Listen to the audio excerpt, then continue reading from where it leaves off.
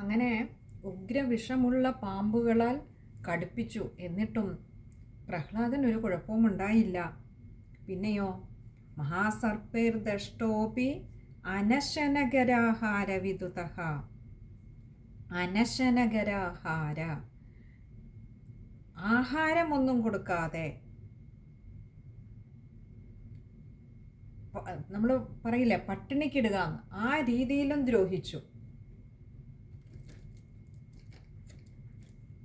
പിന്നെയോ ഗിരീന്ദ്രാവക്ഷിപ്തോപ്യഹ. ഇവിടെ നോക്കൂ, മേൽപ്പത്തൂർ ഭട്ടതിരിപ്പാടിന് ഒരു ആശ്ചര്യമായിട്ട് പറയുകയാണ്. ഗിരീന്ദ്രാവക്ഷിപ്ത അപ്പി. ഗിരീന്ദ്ര, വലിയ വലിയ, ഗിരി എന്നാൽ പർവ്വതം, ഗിരീന്ദ്ര വലിയ വലിയ പർവ്വതങ്ങളുടെ മുകളിൽ നിന്നും അവക്ഷിപ്ത താഴേക്കിട്ടു. എന്നിട്ടും അഹഹ അവക്ഷിപ്ത അപി, അങ്ങനെ ചെയ്തിട്ടും അഹഹ, അല്ലയോ എന്തൊരു അത്യാശ്ചര്യം തന്നെയാണ് ഭഗവാനെ. പരമാത്മന്നൈ വിഭോ, അല്ലയോ പരമാത്മൻ, ഐ, പരമാത്മൻ ഐ ആണ്, പരമാത്മന്നൈ, പരമാത്മൻ, അല്ലയോ പരബ്രഹ്മമൂർത്തിയായിട്ടുള്ള ഭഗവാനെ. ഐ, ഐ എന്ന് പറഞ്ഞാൽ നമ്മൾ സംബോധന ചെയ്യുന്ന പോലെ, അല്ലയോ എന്നുള്ള അർത്ഥത്തിലാണ്. വിഭോ, സർവശക്തനായിട്ടുള്ള ഭഗവാനെ, സർവവ്യാപിയായിട്ടുള്ള ഭഗവാനെ. ത്വയി ന്യസ്താത്മത്വാത് കിമപി ന പീഡാമഭജതഃ. ത്വയി ന്യസ്താത്മത്വാത്, ത്വയി അങ്ങയിലുള്ള, ന്യസ്താത്മത്വാത്, ന്യസ്ത ആത്മത്വാത് തന്നെ തന്നെ അങ്ങോട്ട് സമർപ്പണം ചെയ്തവനായതുകൊണ്ട്, തന്നെ തന്നെ നിക്ഷേപിച്ചവനായതുകൊണ്ട്, ആത്മസമർപ്പണം നടത്തിയവനായതുകൊണ്ട്, അല്ലയോ ഭഗവാനെ, കിമപി ന പീഡാമഭജതാത്. കിമപി,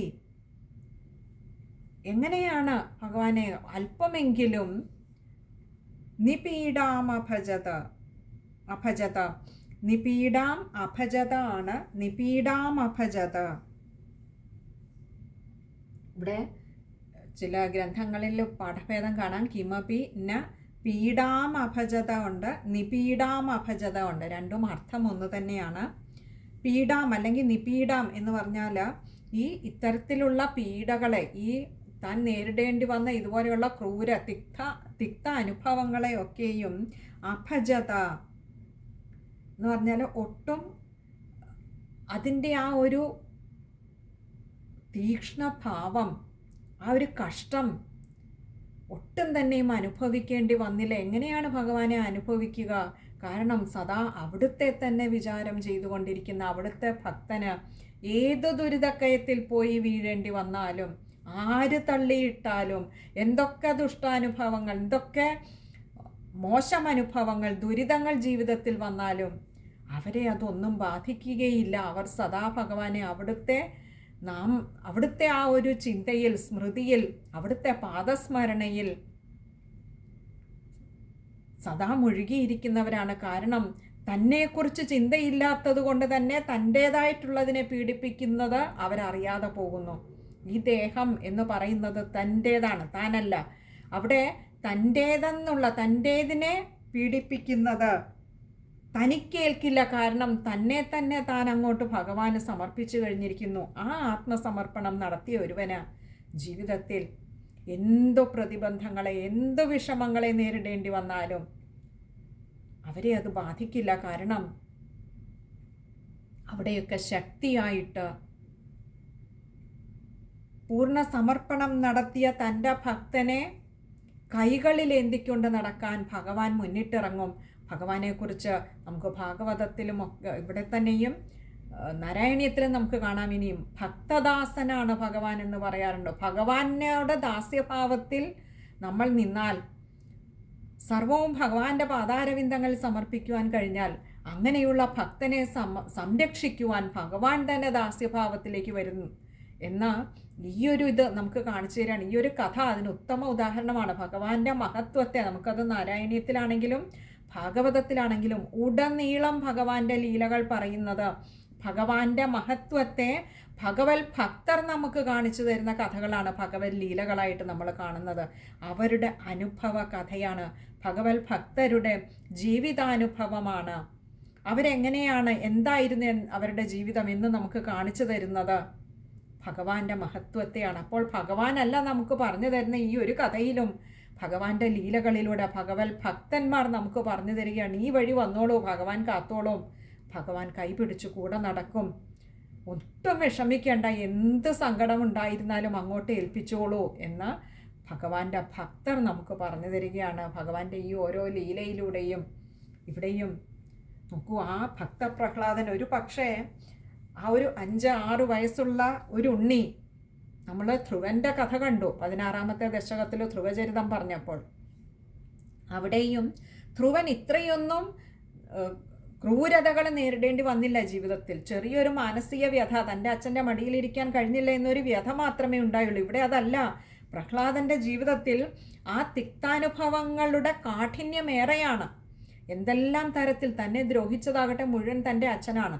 അങ്ങനെയുള്ള ആ അച്ഛൻ ദ്രോഹിച്ചപ്പോഴും അത് എത്ര ക്രൂരമായിട്ടാണ്. ദുഷ്ടാത്മാ ഹിരണ്യകശിപു, ആ ദുഷ്ടൻ ഏതെത്ര ക്രൂരമായിട്ടാണ് ഈ ഉണ്ണിയെ ദ്രോഹിച്ചത്. വലിയ ഘോര സർപ്പങ്ങളെ കൊണ്ട് കടിപ്പിച്ചു, മതയാനകളെ കൊണ്ട് ചവിട്ടി അരപ്പിച്ചു, തൻ്റെ കിങ്കരന്മാരെ കൊണ്ട് ശൂലങ്ങളാൽ ചുറ്റോട് ചുറ്റും നിന്ന് കുത്തി വലിച്ചു കീറി. പക്ഷെ അവിടെ നിന്ന് എഴുന്നേറ്റ് വരുമ്പോൾ പ്രഹ്ലാദൻ ഒരു കുഴപ്പവുമില്ല, ശരീരമൊക്കെ പഴയതുപോലെ. ഭഗവാന്റെ മായ ഹിരണ്യകശിപുവിൻ്റെ കണ്ണിൽ ദാ കുത്തി കീറിയിരിക്കുന്നു. പ്രഹ്ലാദൻ ഇതൊന്നും അറിയുന്നതേയില്ല. പ്രഹ്ലാദനെ പരീക്ഷത്തിനെ സംരക്ഷിച്ചതുപോലെ തൻ്റെ ഒരു വലയം കൊണ്ട് ഭഗവാൻ അവിടെ സംരക്ഷിച്ച് നിർത്തിയിരിക്കുകയാണ്. അവിടെ നിന്നും എഴുന്നേറ്റ് വരുന്ന പ്രഹ്ലാദൻ്റെ ദേഹത്ത് ഒരു മുറിവ് പോലുമില്ല.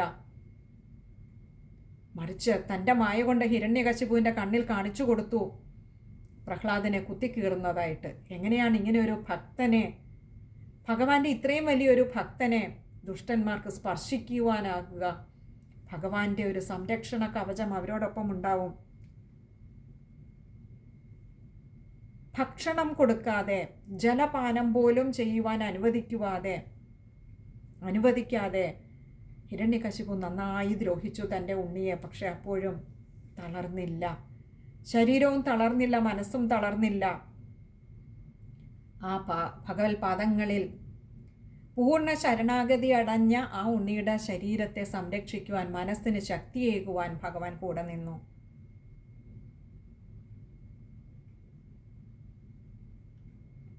വലിയ വലിയ പർവ്വതങ്ങളുടെ മുകളിൽ നിന്ന് താഴേക്ക് തള്ളിയിട്ടതേ ഹിരണ്യകശിപു കണ്ടുള്ളൂ. കാരണം അത്രമാത്രം അഗാധമായിട്ടുള്ള ഗർത്തങ്ങളായിരുന്നു അത്. പക്ഷേ ആ ഉണ്ണി വന്ന് വീണത് ഭഗവാന്റെ 2 കൈകൾക്കുള്ളിലായിരുന്നു. ഭഗവാൻ വാരിയെടുത്ത് ആശ്ലേഷിച്ചു. എൻ്റെ ഉണ്ണി, നിനക്കൊരു കുഴപ്പവും വന്നില്ല, ഇതാ കയറ്റി വിട്ടു അങ്ങോട്ട്. ഭഗവാൻ തന്നെ മുകളിൽ കൊണ്ടുവിട്ടു. ആരും കണ്ടില്ല, ഉണ്ണി മാത്രമേ കണ്ടുള്ളൂ. ഹിരണ്യകശിപുവിന് അത് കാണാൻ കഴിയുമായിരുന്നില്ല. കാരണം ഭഗവാന് നല്ല ബോധ്യമുണ്ടായിരുന്നു, ഹിരണ്യകശിപു ഇനിയും തന്നെ തേടി അലയേണ്ടിയിരിക്കുന്നു. സാക്ഷാൽ വൈകുണ്ഠത്തിൽ പോലും വന്ന ഹിരണ്യകശിപുവിൻ്റെ കണ്ണുകളിൽ കാണിച്ചു കൊടുത്തില്ല ആ ഭഗവാൻ തന്നെ. സമയമായിട്ടില്ല, തന്നെ കാണിച്ചു കൊടുക്കാം, കുറച്ചുകൂടി പോകട്ടെ, എത്രമാത്രം വളരുമെന്ന് കാണട്ടെ, തൻ്റെ ഭക്തനെ എത്രമാത്രം ദ്രോഹിക്കുവാൻ ഇനിയും ഒരുമ്പെടുമെന്ന് കാണട്ടെ, താനുണ്ട് തൻ്റെ ഭക്തൻ്റെ കൂടെ എന്ന് കാണിച്ചു കൊടുക്കാമെന്ന് ഭഗവാൻ നിശ്ചയിച്ചു. അതുകൊണ്ട് അപ്പോഴൊന്നും മുൻപിലേക്ക് വന്നില്ല. പക്ഷെ ഉണ്ണി കണ്ടുകൊണ്ടിരിക്കുകയാണ്, താൻ ആ കൈകളിൽ സുരക്ഷിതനാണ്. ഇതമിതമഭദ്രം പക്ഷേ തവചരണഭക്തി ഏവ ഭദ്രം എന്ന് ഉണ്ണിക്ക് നല്ല നിശ്ചയമുണ്ടായിരുന്നു. ഹരേ കൃഷ്ണ. ഇനി നമുക്ക് ആ ശ്ലോകം ഒന്നുകൂടി നോക്കാം.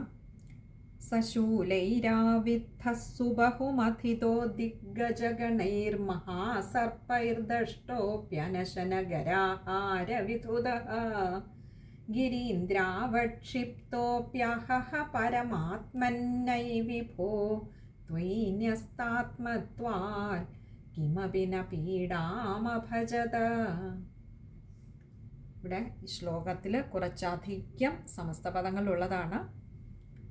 നമുക്ക് നോക്കാം. വായിക്കുമ്പോൾ ശ്രദ്ധിക്കേണ്ട കാര്യങ്ങൾ.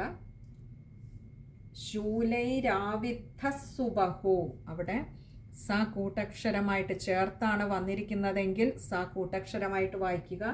അതല്ല എങ്കിൽ സ ശൂലൈരാവിദ്ധ സുബഹു എന്നെടുക്കുക. അത് അവരവരുടെ ഗ്രന്ഥങ്ങളിൽ എങ്ങനെയാണോ അങ്ങനെ വായിക്കാം. പിന്നെ ഉള്ളത് കുറച്ച് വലിയൊരു പദമാണ്. ദിഗ്ഗജഗണൈർ മഹാസർപ്പൈർദഷ്ടോപ്യനശന ഗരാഹാരവിധുത. അത് കഴിയുന്നതും ചേർത്ത് തന്നെ എടുക്കുക. ഇവിടെ ഇനിയും തുടക്കക്കാർക്ക് വേണ്ടിയിട്ട് പറയട്ടെ, ദിഗ്ഗജഗണൈർ എന്ന് വേണമെങ്കിൽ, അല്ലെങ്കിൽ ദിഗ്ഗജഗണൈ അവിടെ വിസർഗം കൊടുത്ത് നിർത്തിക്കൊണ്ട് മഹാസർപ്പൈർദഷ്ടോപ്യനശനഗരാഹാരവിധുത അതത്രയും വേണമെങ്കിൽ അത് ചേർത്ത് തന്നെ എടുക്കണം. മുകളിലത്തെയും കൂടി ചേർത്തെടുക്കാൻ പറ്റുന്നില്ല എങ്കിൽ ദിഗ്ഗജഗണൈ എന്നവിടെ കൊടുത്ത് ഒരു വിസർഗം കൊടുത്ത് നിർത്തിക്കൊണ്ട് മഹാസർപ്പൈർ എന്നെടുക്കുക. അവിടെയും മഹാസർപ്പൈർ ദഷ്ടോപി അനശന, ദഷ്ടോപി അനശനയാണ്. അതുകൊണ്ട് പ്യ എന്ന അക്ഷരത്തിന് ആകാരം കൊടുത്ത് വായിക്കുക. മഹാസർപ്പൈർ ദഷ്ടോപി അനശനഗരാഹാരവിധുത. അവിടെ വിസർഗവുമുണ്ട്. കുറച്ച് പാടാണ് ആ ഒരു വരി നമുക്കൊന്ന് പഠിച്ചെടുക്കുവാനായിട്ട്. അടുത്തത് ഗിരീന്ദ്രാവക്ഷിപ്തോപ്യാഹ. അവിടെ അഹഹ ആണ്. ഭഗവാനെ എഴുതിയ ഈ ഒരു ഗ്രന്ഥം എഴുതിയ ശ്രീ മേൽപ്പത്തൂർ നാരായണ ഭട്ടതിരിപ്പാടിനു പോലും അത്ഭുതം കൂറി പ്രഹ്ലാദൻ്റെ ഈ കഥ എഴുതുമ്പോഴും കാണുമ്പോഴും കേൾക്കുമ്പോഴും ഒക്കെ അറിയാതെ പറഞ്ഞു, അഹഹ എന്തൊരു അത്യാശ്ചര്യമാ ഭഗവാനെ, അവിടുത്തെ ആ ഒരു സംരക്ഷണ കവചത്തിൻ്റെ മഹത്വം. ഏതെല്ലാം തരത്തിലാണ് ഹിരണ്യകശിപു ആ പ്രഹ്ലാദനെ ദ്രോഹിക്കുവാൻ നോക്കിയത്, കൊല്ലുവാൻ നോക്കിയത്, അല്ലെ? വധോവായാൻ അസ്മിൻ എന്നാണ്. വധിക്കുവാൻ വേണ്ടി തന്നെയാണ് ചെയ്തത്, വെറുതെ ദ്രോഹിക്കുവാനല്ല. എന്നിട്ടും അവിടുത്തെ ഒരു കൃപാകടാക്ഷത്തിൻ്റെ സംരക്ഷണ കവചം ഭഗവാനെ വർണ്ണിക്കാവതല്ല ഭഗവാനെ, പരബ്രഹ്മമൂർത്തയെ. അവിടെ അതുകൊണ്ട് അഹഹ പ്യ എന്ന അക്ഷരത്തിന് ഗിരീന്ദ്രാവക്ഷിപ്തോപ്യാഹ പ്യ ആകാരം കൊടുത്ത് വായിക്കുക. അതുപോലെ പരമാത്മന്നയി, അവിടെ ന കൂട്ടക്ഷരമാണ്, അതുപോലെ ഐ ആണ്. അതുകൊണ്ട് പരമാത്മന്നയി ആകാരവും കൂടി കൊടുത്ത് വായിക്കുക. പിന്നെ പീഡാമഭജത, അവിടെ നമ്മൾ പറഞ്ഞു കിമപിന നിപീഡാമഭജത എന്ന് ചില ഗ്രന്ഥങ്ങളിൽ കാണാം. ചില ഗ്രന്ഥങ്ങളിൽ പീഡാമഭജത എങ്ങനെയാണോ അവരവരുടെ ഗ്രന്ഥങ്ങളിലുള്ള അതുപോലെ വായിക്കുക. അതുപോലെ പീഡാം അഭജത ആണ്. അതുകൊണ്ട് മായ്ക്ക് പീഡാമഭജത, മായ്ക്ക് ആകാരം കൊടുത്ത് വായിക്കുക. ഇത്രയും കാര്യങ്ങളാണ് ആ ഒരു ശ്ലോകത്തിൽ ശ്രദ്ധിക്കുവാനായിട്ടുള്ളത്. ഇനിയും 8ാമത്തെ ശ്ലോകമാണ്. അത് അടുത്ത സത്സംഗത്തിൽ കാണാമെന്ന് കരുതുന്നു. ഹരേ കൃഷ്ണ.